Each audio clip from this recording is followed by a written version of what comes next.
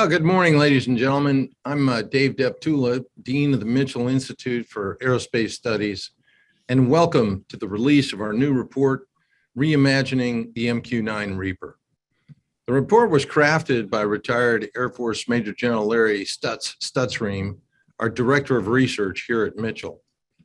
As the title suggests, Reimagining the MQ-9 is about the value of this weapon system and its airmen in a much greater context. Congress has repeatedly rebuffed Air Force plans to end Reaper buys short of long-stated requirements. There are also plans to retire the Reaper much earlier than expected. Now, the challenge with RPA capabilities is that most folks don't understand the effectiveness that they've experienced in the missions where they've dominated for 2 decades now. Those missions are going to continue.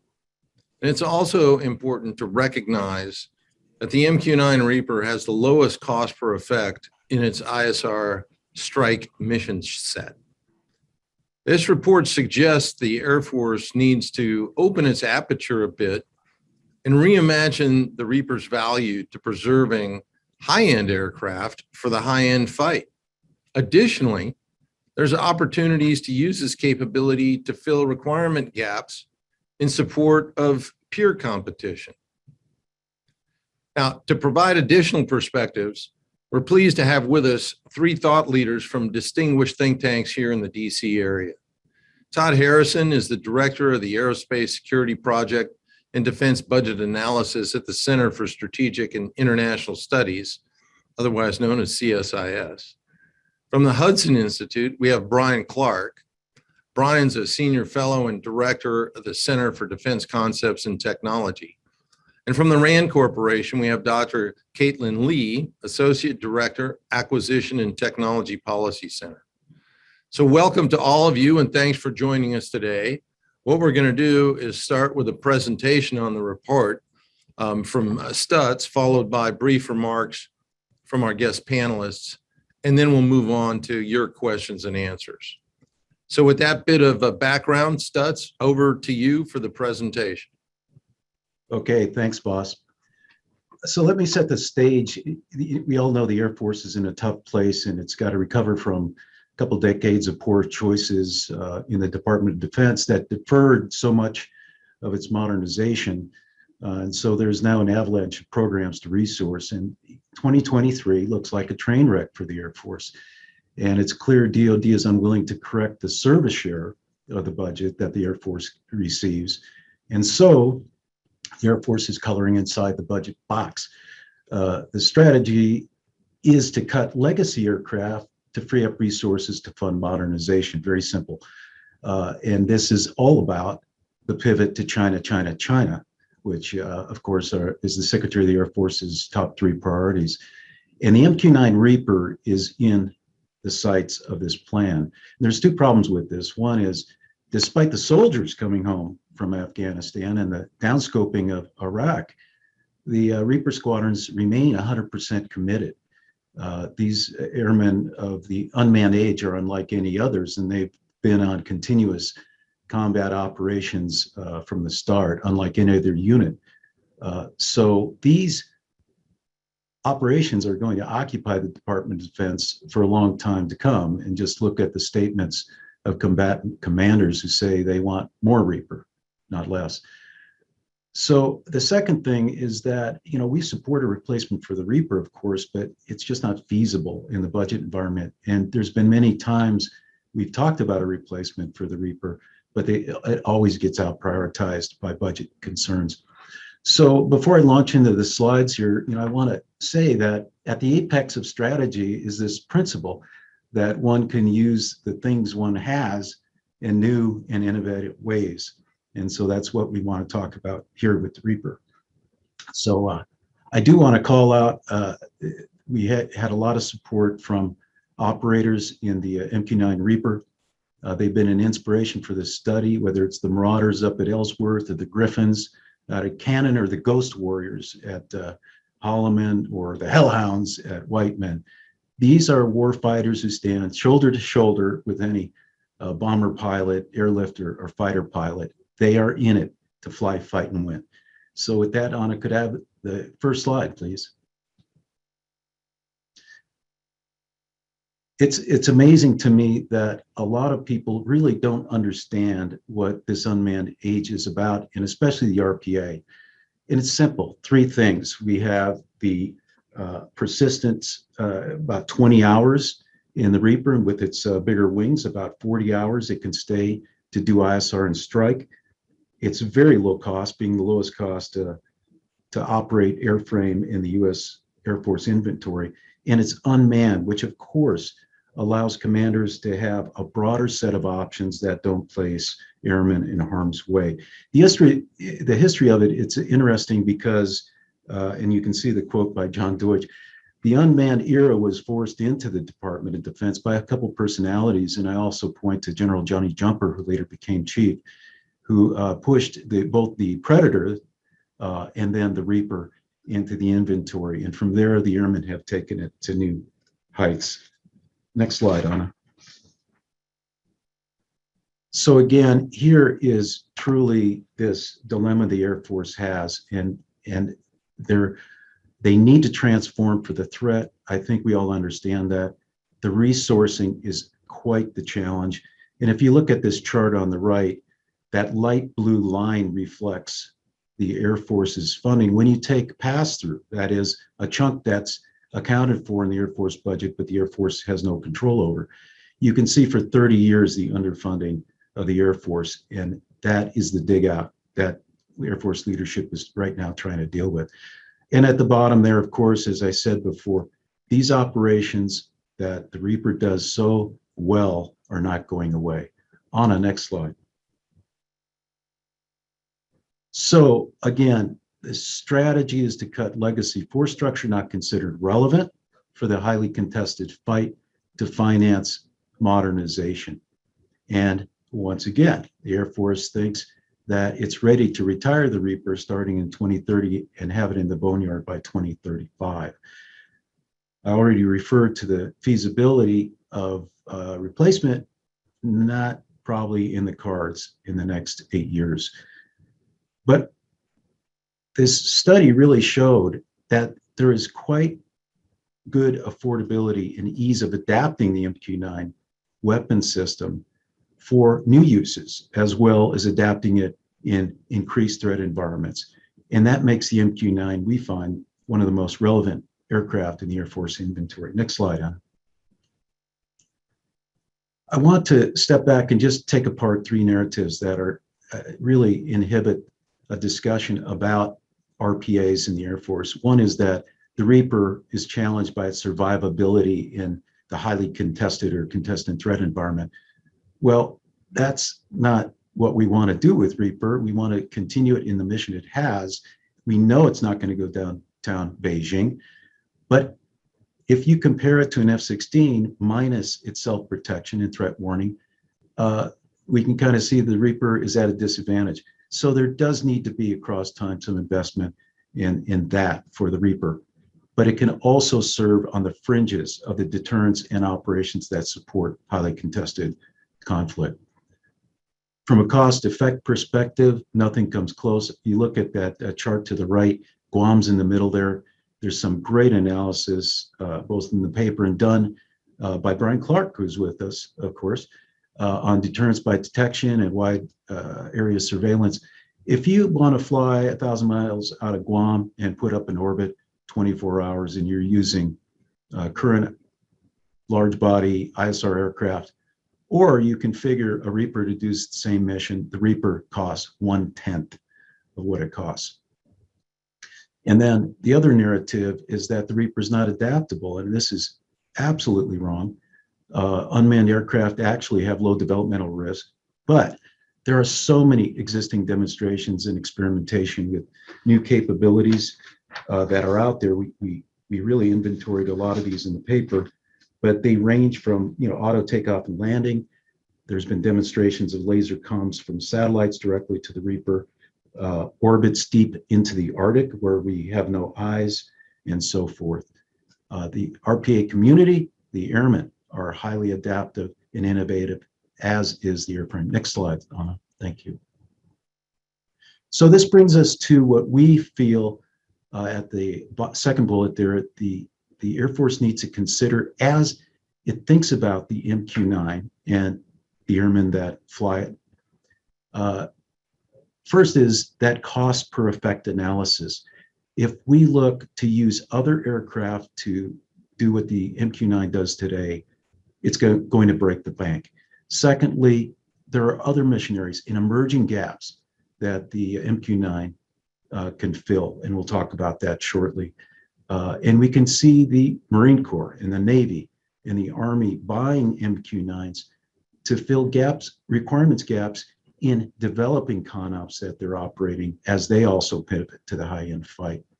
And then the Air Force could consider how the MQ-9 preserves high-end aircraft, such as the fifth-generation fighters and so forth. And then, of course, we've already talked about the feasibility of developing an alternate or next MQ-9 replacement. Next slide. I've already talked a lot about the airmen. I can't do enough to cheer them on, but I do want you to look at that triangle at the top right of the slide. There is a very interesting relationship between airmen, industry, and technologists in the MQ-9 Reaper. It's probably the most developed in the SOS, this Special Operations Squadrons. But this is something that's a model for the rest of the Air Force, and we can foresee that AFRL's Transformational Capabilities Office and the War Tech process could work very closely with MQ-9 to very quickly bring new technologies, transformational technologies, to improve this airframe. Next slide. So when you reimagine the Reaper and think about ways it can fill critical gaps, we've come across these 7 areas. And once again, in these 7 areas, we believe the Reaper is easily adapted to do a lot of this. And as I said before, there's been a lot of demonstrations of integrating technologies into the MQ-9 that bring us closer to filling these gaps. First, wide area surveillance. I referred to it before. I'll leave that to Bryan. He's an expert there. Air and missile defense, especially base defense, as we know, is a huge gap. Reaper could be used to not only provide a sensor over the field, but with increasing levels of automation and technologies now that are out there, Reaper could actually auto-manage an umbrella of protection over bases, especially as we think about the distributed operations we're talking about in the Pacific, Indo-Pacific. Bryan's also an expert in maritime and littoral operations, but Reaper can provide surveillance and support to anti-surface warfare and other missions that are out there. And by the way, I want to step back and say, when we talk about adaptability of this weapon system, we can adapt the entire system. It's not necessarily to use, for example, the manpower footprint when Reaper is used in some of these other areas that may be quite reduced. Communication relays, we look at JADC2, ABMS, and of course work Heather Penny's done here at Mitchell on Mosaic Warfare, and getting communications, having resilient communications in these wide expanses. Reaper can certainly fill that gap. The next 2 are a bit scary, and General Van Herk at Northcom has spoke out a lot about this, and that is we don't have the Arctic domain awareness we need, and we have Russian cruise missiles that can launch from Russian soil and truly threaten the homeland. General Van Herk he's worried he doesn't have decision time to detect and respond, in that we would have to rely on point defenses against these cruise missiles. So we see that the Reaper could be adapted to provide a web of detection in the near term, to be able to sense, and with the demonstrated ability to shoot air-to-air missiles, maybe even add firepower to the Air National Guard units, which will be intercepting cruise missiles in that CONOP. And then finally, the last I'll say is defense support of civil authorities. We all know that seeing in the aftermath of a disaster what's going on is important to save life. Next slide. These are recommendations. Quickly, I'll run through them. Yes, self-protection to deal with advancing threats. We're not talking about MQ-9 being survival in highly contested environments, no, but it does need to have that adapted. And then the Air Force hasn't done a good study on new uses for MQ-9 Reapers. This is important, and that's why we think Congress should direct this. There's a program in the Air National Guard called the Ghost Reaper, and it facilitates a lot of the technology developed and concept development that go into those 7 new uses of the MQ-9 that I referred to in the previous slide, and we should expand that program. Again, the engagement of Russian cruise missiles is critical. Detection in the Arctic domain awareness is critical. Not only should we think about this, but it's time for a demonstration. The technologies are there, they're on the shelf, and this should be an aggressive initiative to check it out. I'll come back to the second to last. It's important that to understand the Air Force is never going to have the capacity to do all the ISR needs. So we encourage the Air Force to work with the COCOMs to really talk to partners and allies about the potential to have their own MQ-9s to surveil in their areas of interest. That's important to us, it's important to them. And finally, Congress and the Air Force need to step back and make sure that they properly manage the Air Force RPA community of airmen. I refer to the shutting down of a couple squadrons of the MC-12 in Afghanistan when that mission was given over to the Army. And I interviewed a number of the superb combat experienced pilots that in that disruption separated from the Air Force. We can't have that happen. We need to preserve those airmen to be our on-ramp to the increasing levels of autonomy in the era of unmanned aircraft. Next slide.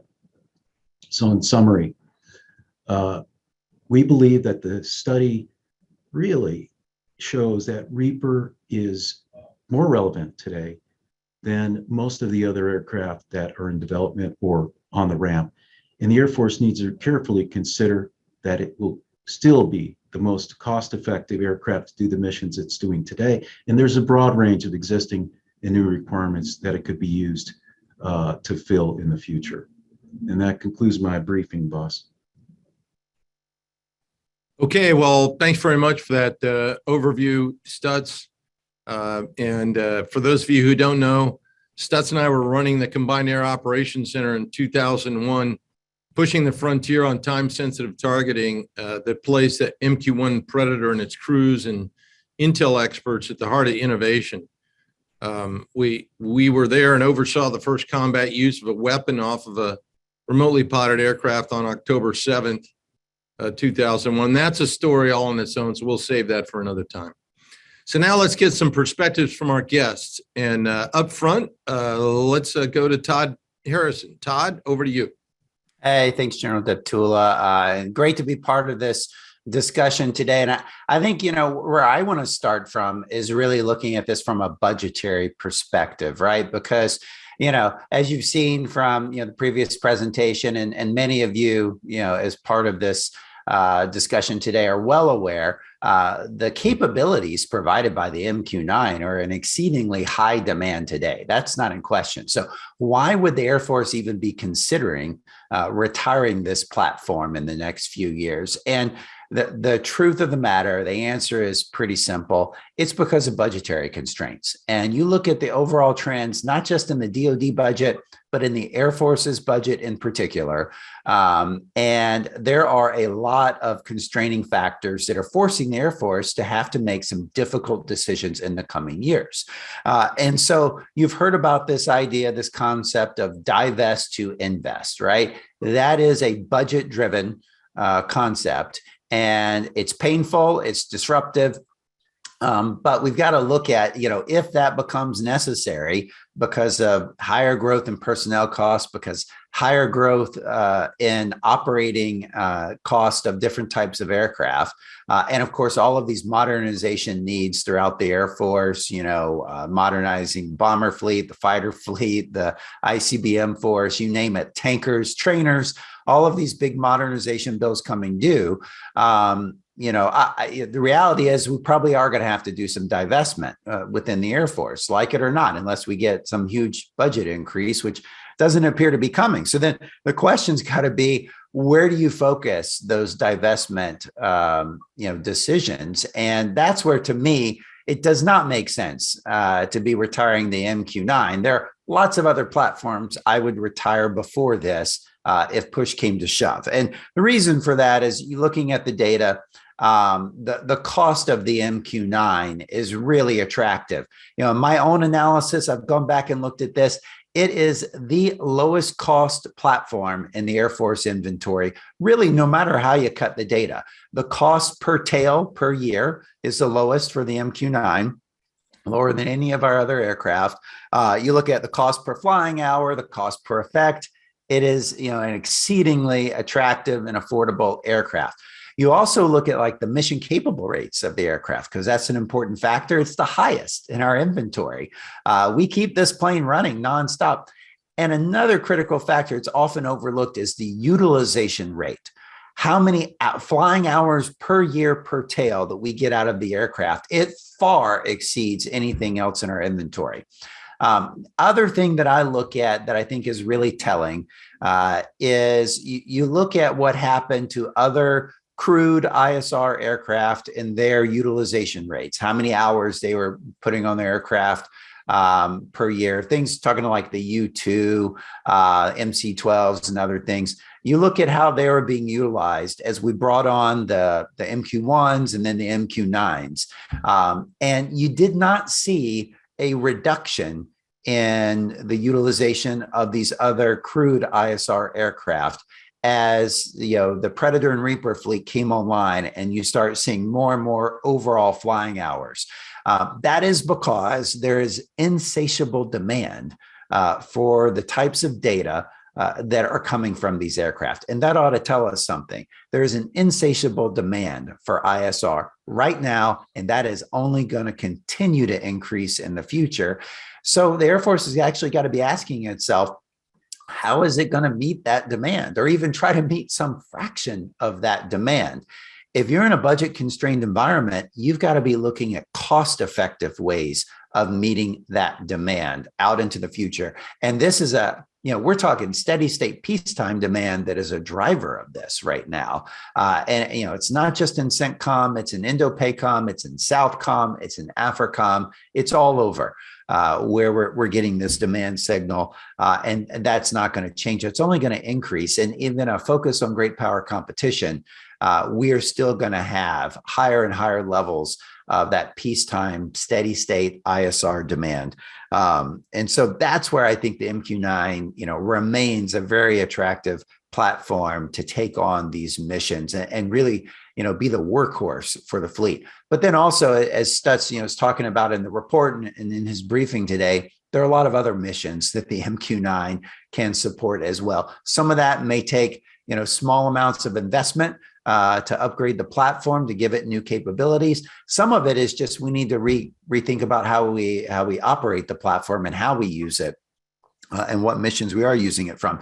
And because it is a multi-mission platform, that makes it increasingly attractive because it can start to offload the workload from some of these more expensive, exquisite platforms that we absolutely need in our inventory, but we can't afford to burn up those expensive platforms doing missions that platforms like the MQ-9 can do more cost effectively for now and for the foreseeable future. So, ultimately, I think the MQ-9, fleet is it's a cost effective way for the Air Force to maintain its capacity, of key, high demand capabilities, and to help support the readiness of other parts of the force where we are seeing, really, troubling readiness shortfalls. So, from a cost perspective, for me, this is kind of a slam dunk. If you want to look to retire platforms in the Air Force inventory, I can give you a list of things so you ought to start looking at, and this is not on that list. Hopefully we don't have to make those kind of tough choices. But, I think, reimagining how we use the MQ-9 fleet in the force is going to help us minimize the tough choices we have to make going forward. Hey, thanks very much for that, Todd. Let's now hand it over to Bryan. Thanks a lot, Dave. I appreciate being here. It's great to be here with Stutz and also with Caitlin and Todd, whose work I greatly admire and read with interest. So thanks for having me on. I appreciate this opportunity. So I wanted to talk a little bit about the MQ-9 and its applicability to the high-end mission. I think a lot of times we sort of discount its utility in high-end warfare because we either think it's not survivable or because we think it's got limited payload capacity or whatever the concerns are. But I think there's a lot of ways the MQ-9 can contribute to high-end missions that we've sort of left on the drawing table, and we need to bring out and actually employ it for that. So first of all, Stutz brought up the idea of mosaic warfare, and that's an area that we and Mitchell have both been working on over the last few years. That's all about disaggregating the force, whether it's the Air Force or the ground force or the naval force, into a larger number of smaller objects or systems, getting away from having a force that's entirely of large monolithic multi-mission platforms and starting to disaggregate it into a larger number of systems. That gives you more adaptability in the force, gives commanders more options, it makes the force more resilient, and from the enemy's perspective, it gives a lot more uncertainty with regard to how you're going to use the force or compose it. So from the Chinese perspective, that more disaggregated military presents a lot more options that they're going to have to contend with and prepare for. That increases the likelihood that they're going to be maybe deterred or dissuaded. So that idea of mosaic warfare kind of pervades the three missions I wanted to talk about, where I think there's going to be a lot more utility for the MQ-9 going forward, with some modest adaptations, as Todd was mentioning. So the first one is ISR&T. So Stutz brought up the idea of deterrence by detection. I think the key to deterrence by detection is having a kill chain that you can actually execute. So you're only going to deter somebody by detecting them if they have a realistic expectation that there's a weapon on the end of that detection. But I think the MQ-9 can contribute there quite a bit. So the work that the Marines have been doing with MQ-9s in places like the Philippines to be able to provide a targeting mechanism for counter-maritime operations. They've got the whole kill chain with missiles ashore with a naval strike missile that will allow them to close that kill chain and actually achieve some of that deterrent effect that detection might provide. So ISR&T in that context is useful. And then you'd say, well, is the MQ-9 survivable in that environment? Well, maybe not once it turns into a high-end war, but neither is the P-8 or the EP-3 that we would also be using for that exact same mission. So it's not a matter of MQ-9 versus some theoretical surveillance platform that's survivable. It's MQ-9 against something that's more expensive and is manned and arguably just as vulnerable. So the MQ-9 can provide that surveillance and targeting capability for the counter-maritime that we currently use a very expensive platform to provide, to Todd's point, and one that's very vulnerable and we can't afford to lose. So if we want a more resilient force, we need to have a larger number of surveillance platforms to do this counter-maritime targeting. That's what the MQ-9 could provide us. But that's kind of table stakes, I think, in a lot of ways, because we already use the MQ-9 for surveillance and targeting today. And I think there's a couple of missions where we could really use it as kind of a game-changing capability that really alters both how we do a mission and also the enemy's calculus for how they counter us. So the first one is airborne early warning.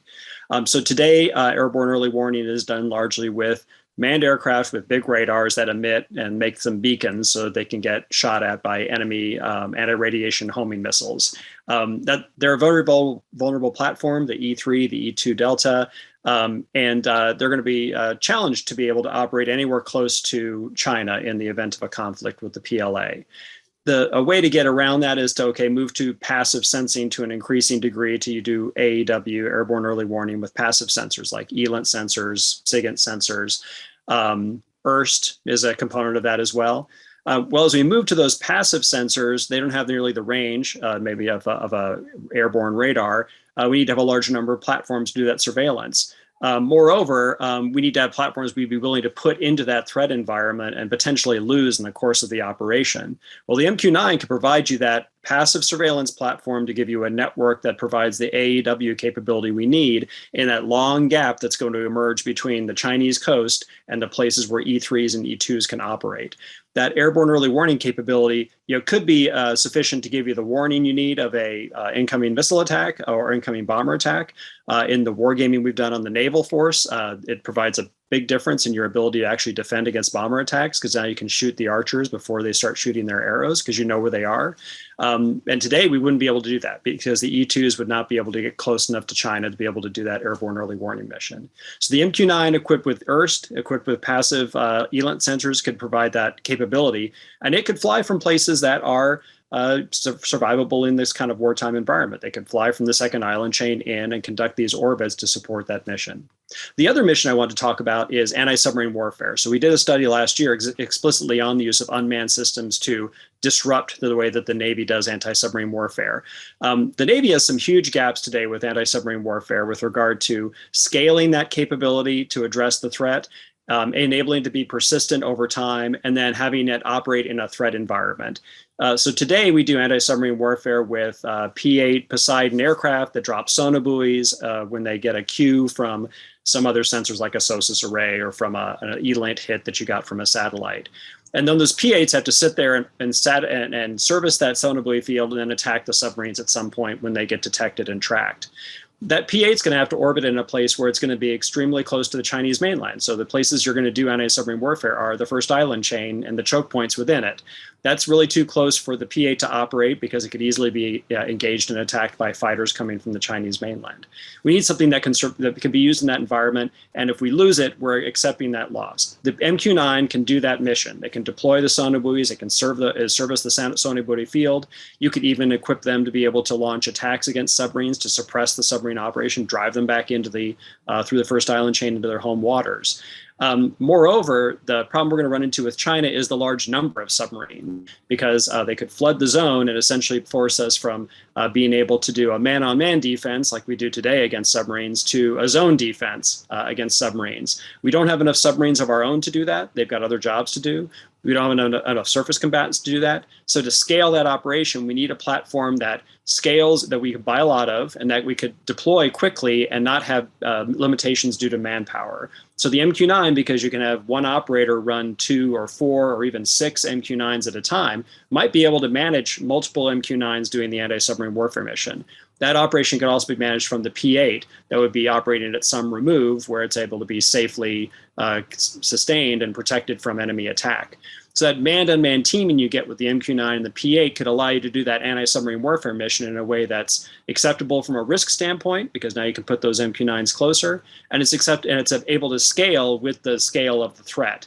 That's something we can't do today. And when we have the same situation with regard to Russia in the GIUK gap, that the problem we have is scalability. And I think the MQ-9 would allow us to get that scale that allows us to deal with a large-scale threat on the part of the Russians that's quiet and requires a lot of resources to address. Today, you have to mobilize practically the entire Atlantic fleet to go do that operation.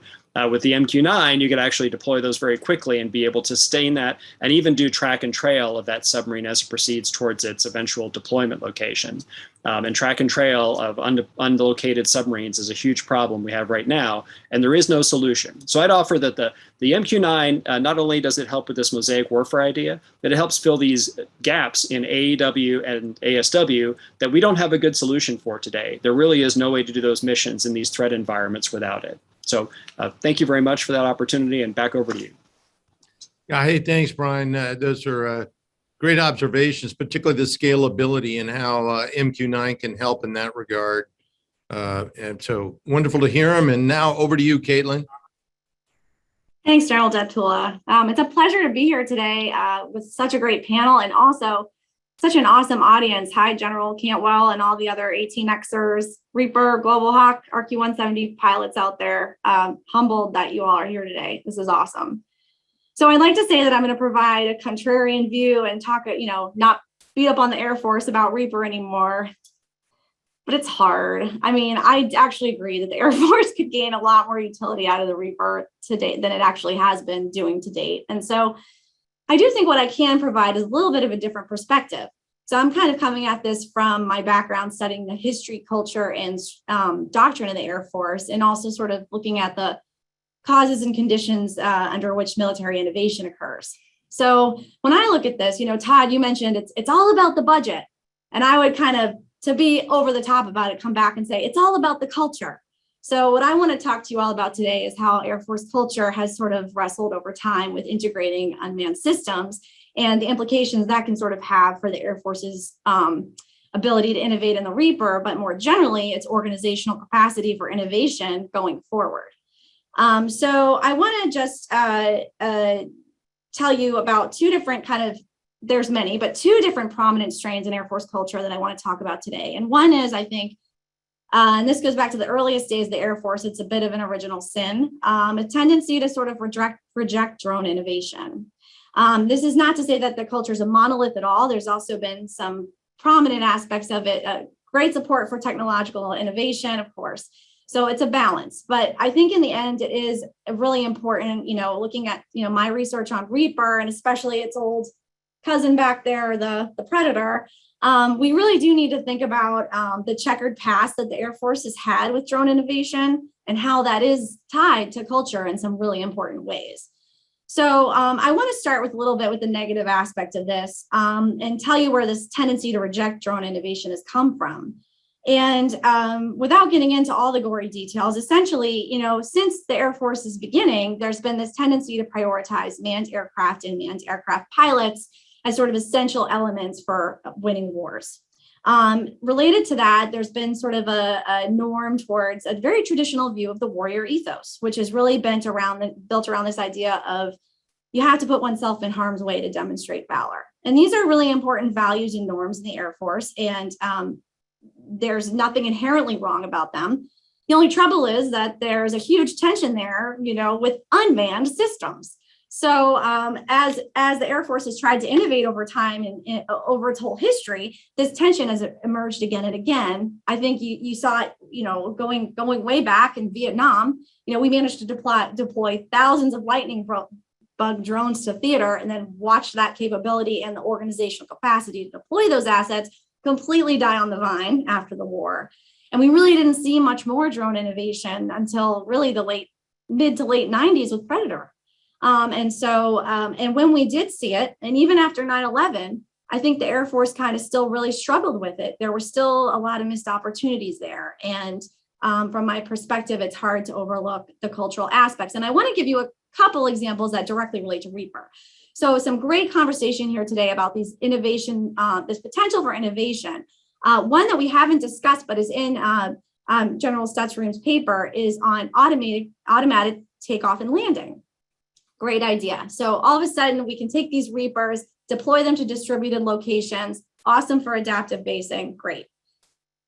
So glad the Air Force is doing these experiments in 2021. Well, the Army has been doing automatic takeoff and landing with the MQ-9 Sky Warrior since, I think, about 2006, 2008. Now, we can argue about all the reasons that it's expensive. As Todd said, you got to get the money, you got to give up something. I think the Air Force has had trouble getting money for automatic takeoff and landing before. But let me tell you this, when the Army was doing this around 2006, 2008, there was no shortage of cash. And I think that was really a missed opportunity for the Air Force. Another example relates to air-to-air missiles. So the community that, as General Stutzriem pointed out, the community that is built up around the Predator and the Reaper is very innovative inherently. And so they've been doing all this kind of stuff all along. It's just that it hasn't gotten the institutional backing and the funding to support it. So going back, General Deptula knows these stories well. We put Stinger missiles on Predator right after 9/11. They were flying over the skies of Afghanistan and Iraq, and actually one even got into a dogfight with a MiG. Now, it did lose, it did get shot down, but it just demonstrates this idea that this technology has been around for a while, and it suggests that other factors besides just technological maturity or funding could be at play here, and that's where the cultural piece comes in. But this is far from hopeless. I think we've seen lots of evidence that the Air Force has tremendous capacity for innovation, and particularly for drone innovation. So there are these mix of cultural trends going on. And on the positive side, especially in recent years, we've seen lots of experimentation with programs with all kinds of crazy names, from Gremlins to LCAS to whatever you want to call it, looking at how do we develop a new generation of drones that can operate in A2AD environments. And that's all been really promising. And so I do think that, the Air Force has to be mindful, leadership has to be mindful and deliberate about these cultural norms within the service and how they may conflict and come into tension with one another. and also be very intentional about what it does to mitigate that and ensure that the organizational capacity for innovation continues. And I think the very heart of that is the people who fly Reaper drones. I think that this community is a really important place for innovation. And the Air Force has a tremendous opportunity as we look to the future to refocus all these Reaper assets in theaters where they haven't spent a lot of time before, like whether it's Latin America or the Indo-Pacific. I frankly don't understand why there aren't more there now. And also to exploit new CONOPS, TTPs, and technology. And the way that you get at all this stuff is with the current Reaper squadrons that are out there today. They're in the best position to do this. They're first movers, early adopters, and they are a central source of bottom-up innovation in the service. So the Air Force leadership needs to do what's necessary here, which is support continuing to produce and fly the Reaper, and also support the people who fly these airframes every day in combat and who are just absolutely critical for any kind of unmanned innovation going forward, whether it's drones themselves or even broader aspects of artificial intelligence. Thank you. Okay, well, thanks for that, Caitlin, and thank all of you once again for those insightful perspectives. We've had some innovative thoughts just within the last 15 minutes. What I'd like to do is bore down a little bit more on a couple of the points that you made, but I'm going to change the program here a bit because I want to, there have already been several great questions flow in on text. And what I want to do, instead of dominating this with my questions, is to open this up to the audience, because we've got quite a good audience out there. So those of you who would like to ask a question, please go ahead and use the raise hand function on the app that you have down there.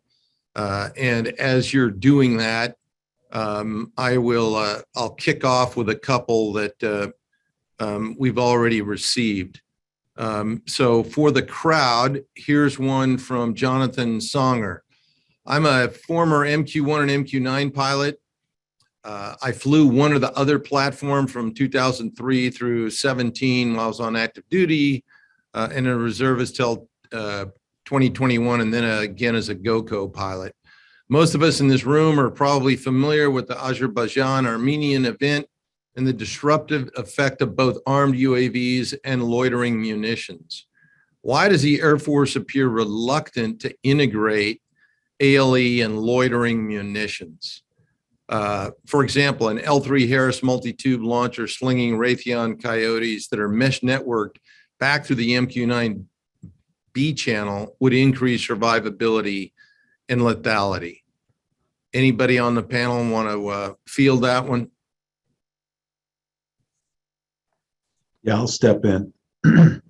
I think Caitlin actually formed the basis for any adaptation or modification or addition that will cost some money, that might make MQ-9 more durable. I think that's at the root of this. Is there has been a very stale flight plan in terms of modifying, modernizing, adapting the MQ-9. So there's many good ideas that are out there that whether it's for example, having some very small focused ordinances that are precision, but allows so many effects to be carried on one airframe.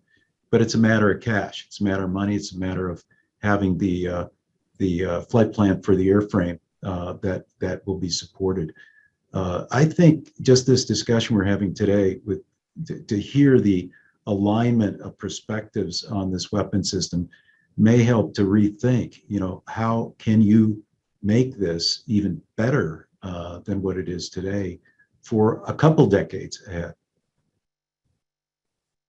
Yeah, and Dave, I'll add that it seems like the, at least from the Navy side, what's made them think about the MQ-9 is the compelling mission, gap that they have, right? So this gap in ASW, the growing gap in airborne early warning, are things that are causing them to rethink how they approach that mission and looking at the MQ-9. So having the MQ-9 be able to do something that another platform does, is less compelling, I think, to these leaders that have to make budget choices. But if it's filling a gap that there is no other real solution for, that seems to be a big driver. So I think that's one thing to focus on. Is the idea of ALE is terrific. I think the Army, which stopped buying more Gray Eagles, is looking to use rotary wing to go do that. So they're saying, well, why would I take away this mission from the rotary wing community? But I think if we look at ALE being used in some mission where, like, airborne early warning, ASW, surveillance and strike, or surveillance and targeting inside of a very contested environment like in the Indo-Pacific, those are maybe options we can push to try to get policymakers to find the money. Basically, there's got to be a compelling need that does not duplicate an existing manned platform, it seems. Okay, this is kind of interesting. This crowd is used to Merc chat, I think. So I'm not getting any raised hands, but I've got tons of text questions. Here's one from a good friend and someone who's got recent experience at Northcom, but from Coach Pete Fessler. There are many efforts within industry and the services to connect platforms to platforms in a point-to-point fashion. For example, F-22 to F-35, KC-46 to 4th gen, and so on and so forth. It seems the MQ-9 could play a key role in shifting to a networked approach. Can we dive into this a bit more? Thoughts from the panel? Yeah, I'm happy to weigh in here. And I know Bryan has done important work on this and others as well. But, I've had a paper series I've started on battle networks in the future force. And, I think, the question is getting right to the heart of the issue is we can't have these stovepiped linear networks anymore, serial networks where, if any one, element in the sensor to shooter kill chain is taken out or disrupted, then you break it, right? We can't afford that anymore. The Chinese, the Russians, others, they're on to us. They know what to attack.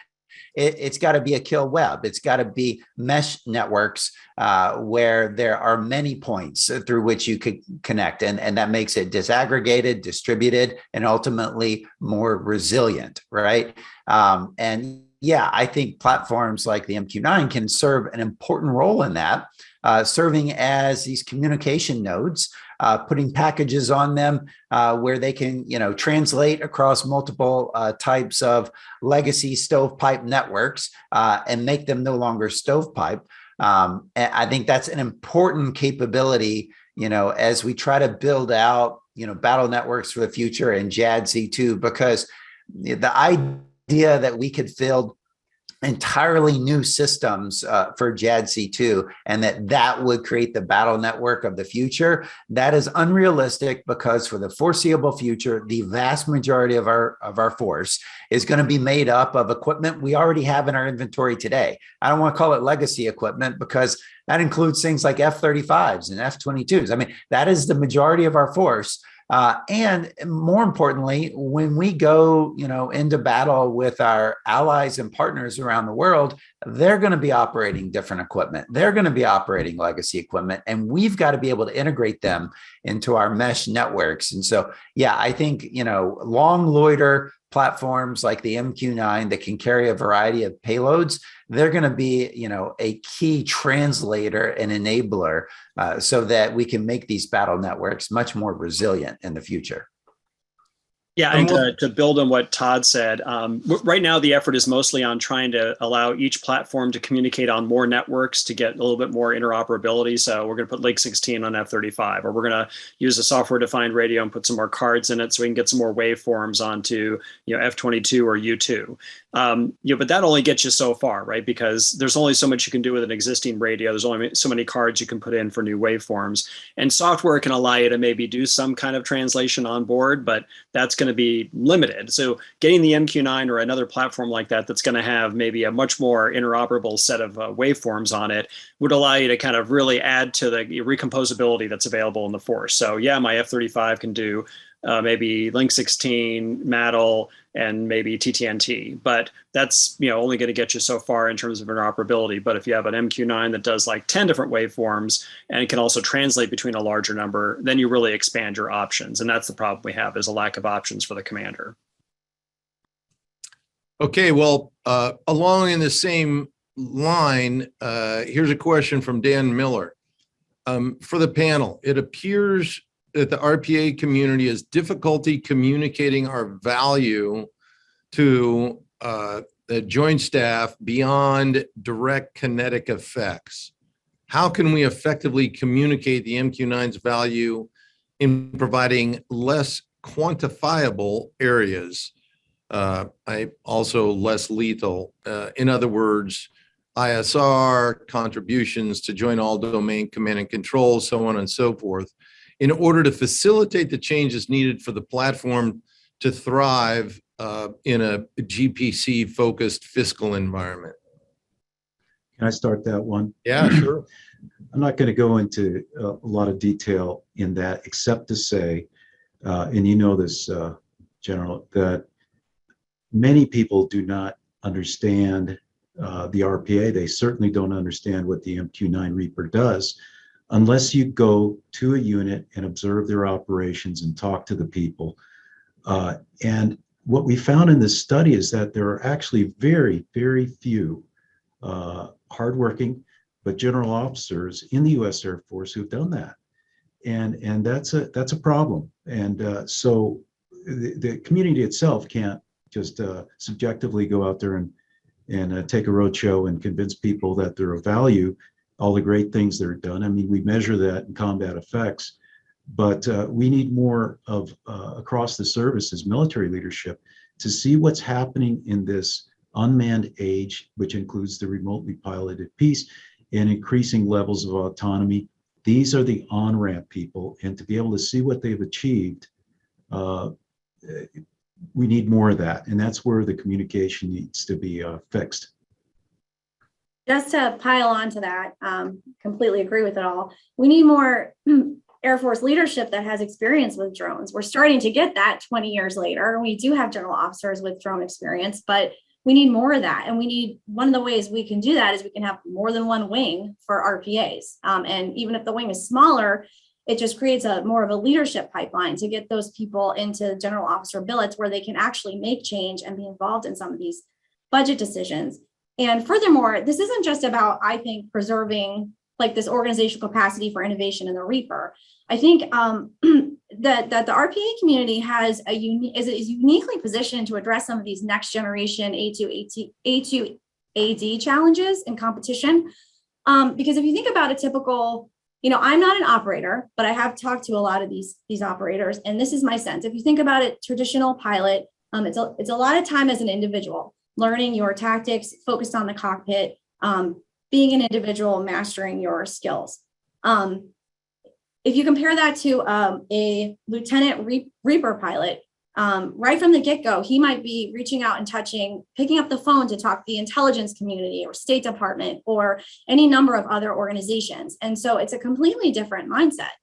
He's working on something that looks more like a computer than a hands-on stick and throttle. And so it's a different mindset. And I think it's a mindset that lends itself to some of these technologies we're starting to experiment with. If you think about what is JADC2, it's getting air and space and cyber and maritime to talk to each other. Well, this is something that Reaper pilots are kind of already thinking about. Like, who can I reach out and touch to get this mission to work? I'm sitting in this ground control station. I think as we move to the future, that actually this community, and I actually also will say, I don't know where else the Air Force thinks that kind of mentality is going to come from. Like, we have this very small 13-0 multi-domain career field. My impression of it is very small. It's not doing that well. And when these guys get to the AOC to do multi-domain, they're just doing AOC jobs. So it's not clear to me that, the Air Force is starting to talk the talk with the experimentation. But the real long pole in the tent is institutionalizing that ability for innovation, and I think that's in those Reaper wings, and the Reaper wing. I think there needs to be more opportunities for them to get into leadership to kind of make that a more self-perpetuating cycle. Okay, very good. Here's another one that kind of fits right into the discussion that's been ongoing. It's from an anonymous attendee, but actually he provided his name and his location. He's active duty. I'm going to keep him anonymous to protect him. The idea of demonstrations to communicate relevance as more tangible than a PowerPoint slide was mentioned earlier. What are your recommendations to effectively message future demonstrations? Well, I would say one thing, the Navy just did this integrated battle problem with unmanned systems 2 months ago, 3 months ago, where they brought the MQ-9 out alongside other unmanned systems to go do a series of missions at the high end. So these were high end missions, anti-submarine warfare, ISR&T, where the unmanned system was employed for the to support a full kill chain, whether the unmanned system does the whole kill chain is separate, but to support the entire kill chain, not just doing kind of isolated events. I think that's kind of the thing you got to do, is show the unmanned system in use as part of an overall kill chain to show that we've figured out how to integrate this. It's not just an independent capability that has its own niche mission. Very good. Here's one from Stefan Otto. Will the Marine Corps and the Air National Guard, Air Force MQ-9s and GCSs be able to cross-work to allow workload sharing and true jointness? In other words, Air National Guard, MCE, GCS support of Marine Corps launched MQ-9s. Now, I know that's not an answer, maybe one of us up here, it's more of a detailed, we need an active duty dude or dudette to answer that one. But it's a great question. I just throw it out there that it is something that needs to be considered, and a bit of an editorial. It seems to me that we've moved further away from Goldwater Nichols since 1986 and closer to it. And we need to come up with better ways to integrate. So a great question, Stefan. I'll leave that up to your active duty Air Force buddies on the air staff or down at ACC to answer. Let's see here, man, there's so many here. Here's one from Christopher Engelken. If the Air Force decides to divest to invest by retiring the MQ-9, what would replace the MQ-9 so COCOMs continue to have persistent ISR and precision strike capabilities? Will the MQ-9 be replaced by a low observable armed RPA that can operate in a contested, degraded environment? Thank you. Right now, the Reaper is irreplaceable for counter VEO operations. We just did a big study at RAND on this, and we put together like 40 vignettes looking at different VEO contexts. And we said to ourselves, what is the baseline way we would operate in this scenario? They'd be things like, I want to go do ISR to go see what the Chinese are doing in South America, for example. And we would do a baseline scenario. How would we do that today? And then we try to say, how can we drive the cost down and do it differently? Well, as you can imagine, most of the baseline scenarios were Reaper, and most of the efforts to drive down cost were kind of, it was a reach. It was hard. It was like, I don't know, unattended ground sensors. I don't know. So when you look short term, there aren't easy replacements for Reaper, particularly in the CVEO space. There's certainly like complementarity between Reaper and some of the other like light attack or manned assets, but there is no short term replacement for it. Well, and if I could jump in here, I think the implicit assumption is if you were to retire the MQ-9 in the next 8 years or so, the implicit assumption is that somehow the demand for ISR is going to go down. Because, Caitlin's right, there is no replacement. There's nothing in the pipeline right now that's going to provide that kind of capacity for ISR. So if you're willing to bet that we're not going to need to do as much ISR, sure, you could try that. But realistically, the demand's not going anywhere. The demand is more than likely going to go up in the coming years. And so I don't think we have a viable replacement. I think we absolutely need to get programs started for more, remotely piloted ISR aircraft, things that can be, lower observability. We absolutely need to get those programs going, and they should be additive to the fleet that we have today. They should not be, substituting, at least for the foreseeable future. Hey, Todd, how about space? I mean, I think the assumption is that somehow the combination of commercial and proliferated LEO space is going to fix this problem. Why would that not be the case? Yeah, you can do a lot from space, but what you are limited with is revisit rates, right? And so, to do ISR from space, you got to be in a low orbit, just so you're not so far away that you can't make out anything. When you're in low Earth orbit, you're inherently moving relative to the ground. You're orbiting about every 90 minutes or so. And so, yeah, you can put up hundreds, thousands of satellites to do ISR. And you could have multiple satellites passing over a particular region at any given time with a really large constellation like that. But they're looking through soda straws. And so they can look at small areas on each pass. It is not a direct substitute from having a loitering platform in the area that can do wide area 24/7 surveillance. You know me, I'm a space guy. You can look behind me, see where my heart is. It's not a direct substitute. Space lets you do some things that, airborne platforms can't do, like look way behind enemy air defenses and do it in peacetime in a non-threatening way. But it's not a substitute for long loitering airborne ISR platforms. Well, thanks for that, Todd, and excellent discussion. Unfortunately, folks, we've come to the end of our rollout of this report, Reimagining the MQ-9 Reaper. And I got to tell you, this is the most engaged audience we've ever had. So we all appreciate your participation. We're going to be doing a podcast on this same subject. I think we're going to do that like the first week in December. But I don't want to shut the discussion off. What I'd like to do is continue to garner your inputs. We'll have this session online later on today, as well as the report and Stutz's presentation. But I'd like to continue to get a hold of your comments and ideas so we can perhaps generate some action on them. So please feel free to contact us here at Mitchell Institute or send me an email direct. It's deptula.david@gmail.com. Pretty easy to remember. So it was great to have Todd, Bryan, and Caitlin with us today. You all really provided some great inputs, and thank all of you as well as the audience for joining us today. So from all of us at Mitchell Institute, have a great aerospace power kind of day. See you.